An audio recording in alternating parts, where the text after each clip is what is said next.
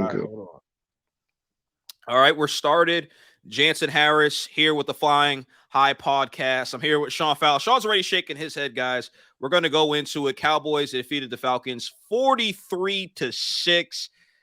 They're 7-2, national televised game. Sean, what was your reaction? Yeah, I could tell already your facial expression. What was your reactions to the game? I got that red on, man. I'm covering it up. My red shirt.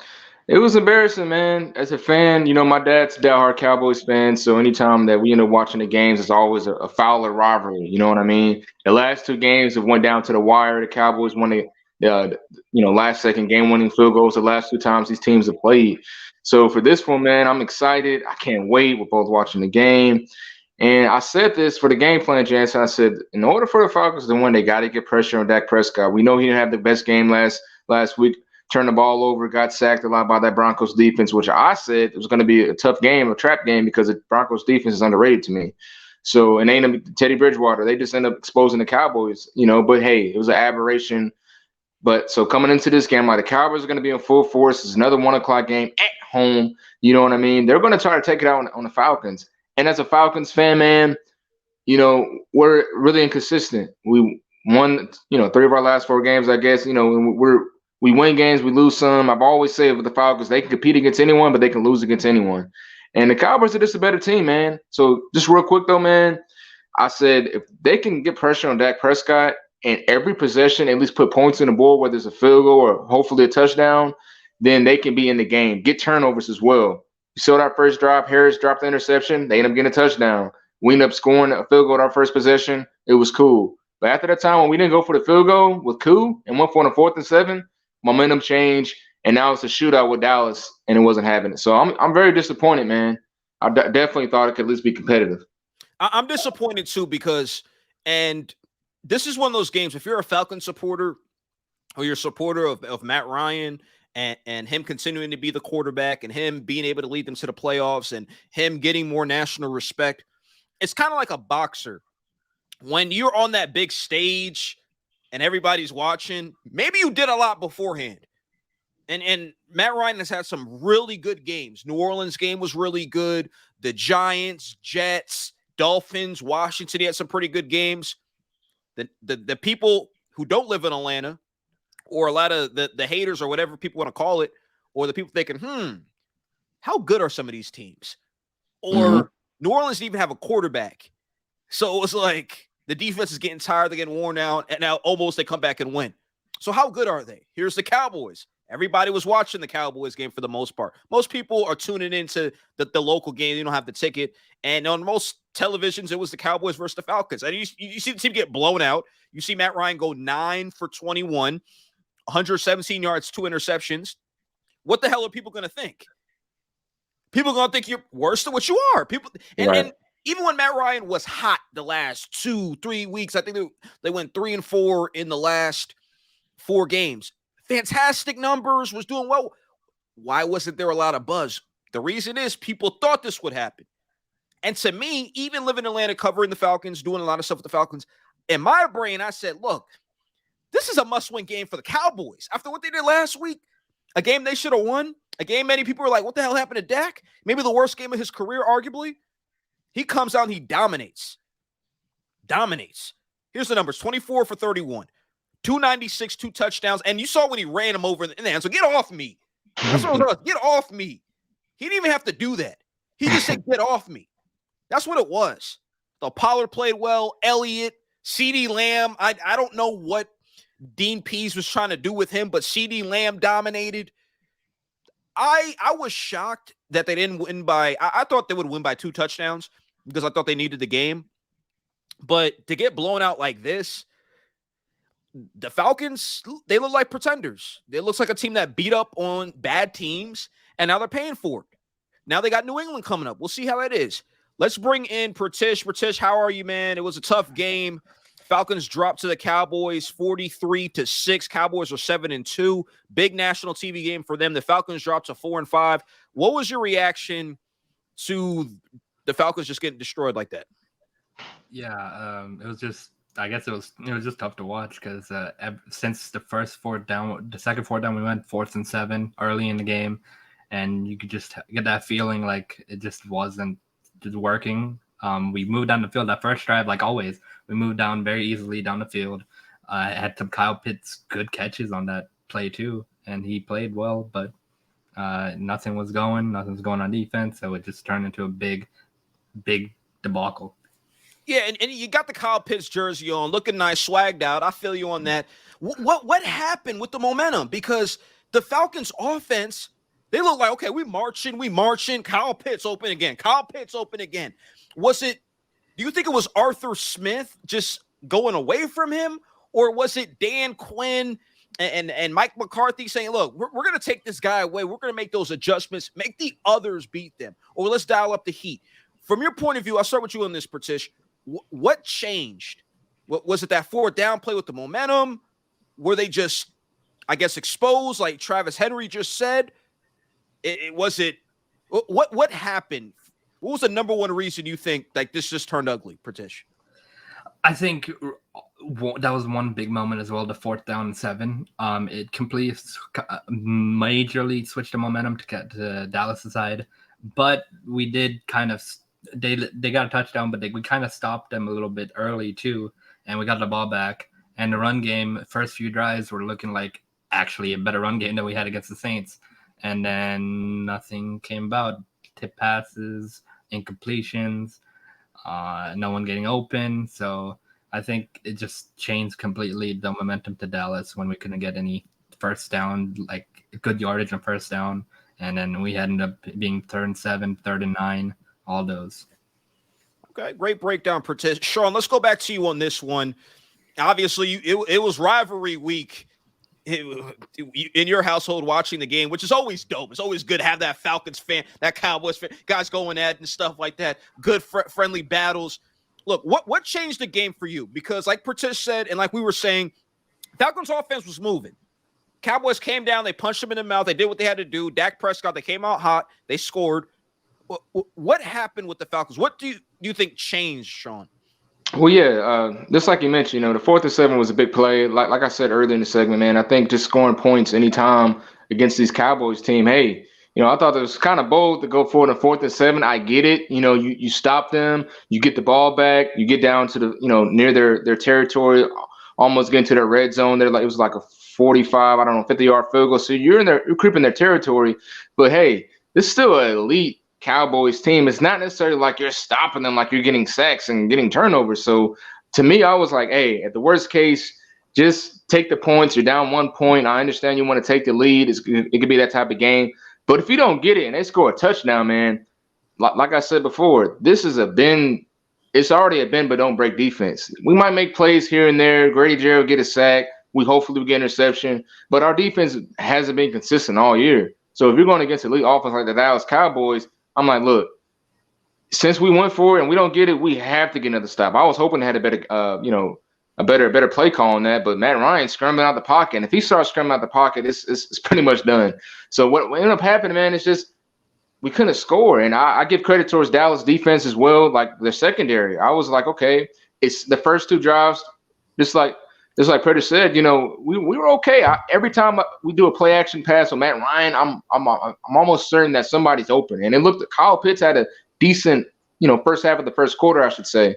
It was okay. We were moving. We were trying to get in the scoring range, but we couldn't score. Cordell Patterson was out the rest of the first half. He didn't come back. But I really give credit towards the Dallas defenders, man, because it was a lot of plays where it was, hey, it's 50-50 balls. They're knocking the ball down. They're making plays. And they just seem like, honestly, they just seem like you said, Jansen, we like pretenders. They were contenders, and they like the better team. And I'll say this as well, real quick.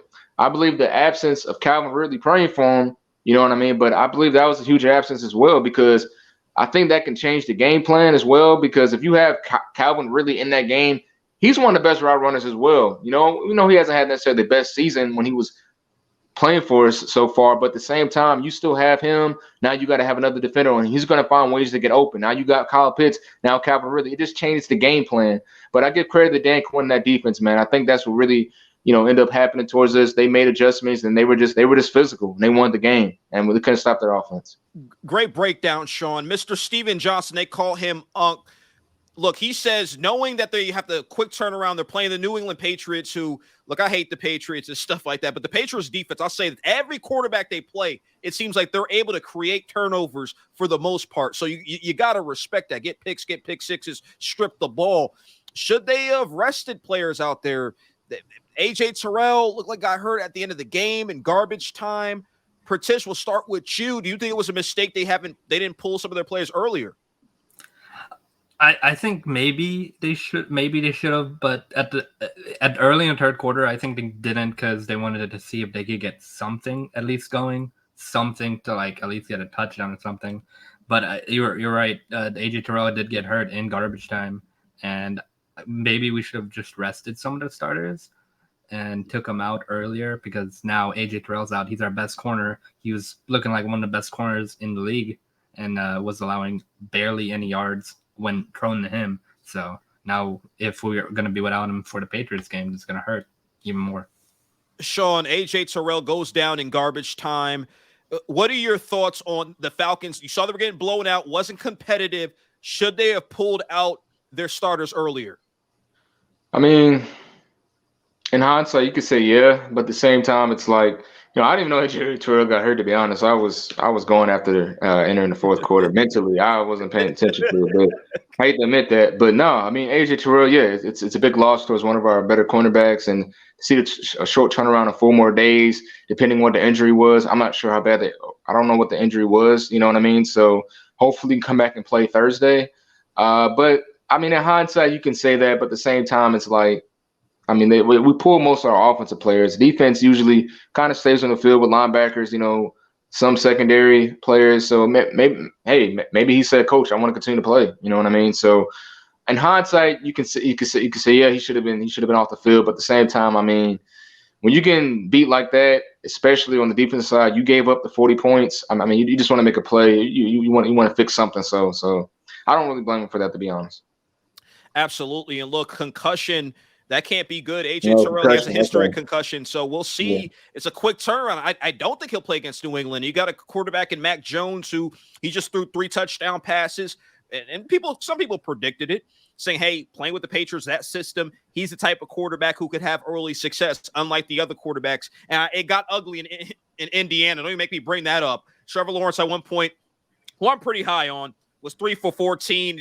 He was terrible. And then it's like Carson Wentz was terrible too. A lot of bad quarterback play today, guys. If you just look up and down some of the stats or watch these highlights, it's like, wow, if you're a quarterback in college, feel good, because maybe some teams will reach on you, even if you're not worth that much.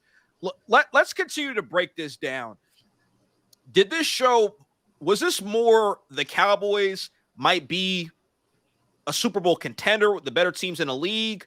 Or was this, okay, Falcon fans, Falcon fan base, the coaching staff, everybody just overrated the Falcons because of that win on the road against the Saints team, pretty competitive team, pretty good record, one of the better teams record-wise in the NFC. They just had a dogfight, and some people thought they got robbed against the Titans. That game came down to the end. Did we overrate the Falcons, or are the Cowboys just that good? I'll start with you, Sean. Well, I think, you got to, if you're comparing towards the Saints, for one, it's a rivalry game. So usually, the division games are going to be close. Me personally, I mean, with the Falcons, like I said, they can compete against anyone, but they can lose against anyone. So I knew that game was going to be close, and also Jameis Winston didn't play. If you had Jameis Winston, he's a better quarterback than Trevor Siemian. Maybe the Saints would have won that game. You know what I mean? But at the same time, anytime it's 2 teams who play twice a year division games, it should be close. And I figured by them not really having a consistent quarterback, I thought the Falcons could still win, and they did. They let them come back after being up 18 points with 6 minutes left. It got dramatic, like he usually does, but Matt Ryan made the throw the quarter pass and they won the game.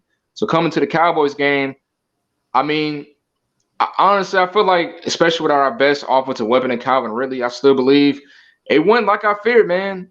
It wasn't that surprising. I thought we can be more competitive. But at the same time, I mean, I feel like we got more exposed. I think Travis had mentioned that too, in the chat. But I think we just got exposed, man. The Cowboys are just a better team. They're a contender. We kind of look like a pretender, to be honest. And I'm a diehard Falcons fan, but I'm being honest. You know what I mean? And we play like They're just a better team than us in all phases of the game, even special teams. You're going to halftime 28-3. Here goes a block. This to get 34 more points. You know what I mean? And they went for 2 because we don't respect you. And we're going to keep going for 4th down because we know we can get it. So I wasn't surprised by anything, man. The only good thing I guess can come from this game is that we're still technically in the 7th seed, but now Cam Newton's back, Carolina, scoring touchdowns, folks, so we got to worry about them. But, I mean, it was a loss for the Falcons, man. I think it's more on the Cowboys just being a better team, and we're right where we need to be honest. 7th, 8th seed. Pratish, is it more the Cowboys, how maybe they're Super Bowl contenders, or is it the Falcons? Maybe we need to pump the brakes. Maybe they weren't as good as we thought. Maybe this notion that this team could make the playoffs was the expectation a little bit too high. I think that the Cowboys are contenders. They looked really, really good. It was just an off week for them last week against the Broncos. And Dak Prescott looks really, really good. He's been playing out of his mind this year. And he's has that urge to win. And that whole Cowboys team does. And the defense has been improved with Dan Quinn. Credit to their defense as well. They shut us down the whole game.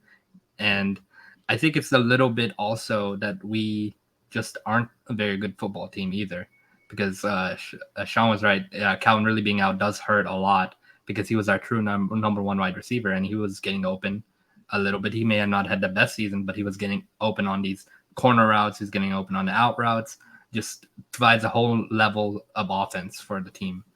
And I think that the defense was 13th overall in passing. I mean, that's better than what Falcons fans have seen like the past 6 years, even, I'd say. But going into this, it was just like Dak Prescott was just picking us apart, couldn't tackle. CeeDee Lamb was getting wide open and touchdown every time. I think Cowboys are contenders, and we just didn't play them well enough. Okay, Pratish, I noticed you didn't say the Falcons were pretenders, though. I feel you on that. You're still keeping the hope alive and stuff. Pratish, I want to say this real quickly.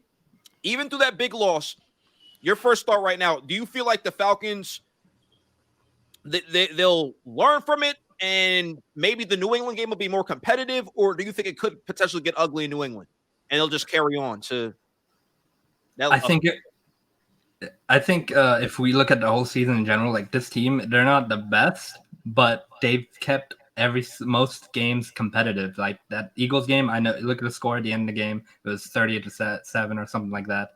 But at halftime, it was a 7-6 game. It was a 1-point game. Like in this game, it could have been 7-6 if we actually kicked the field goal with potentially one of the best kickers in the NFL, Young Goku. And I don't think they're gonna get blown out every week continuing forward.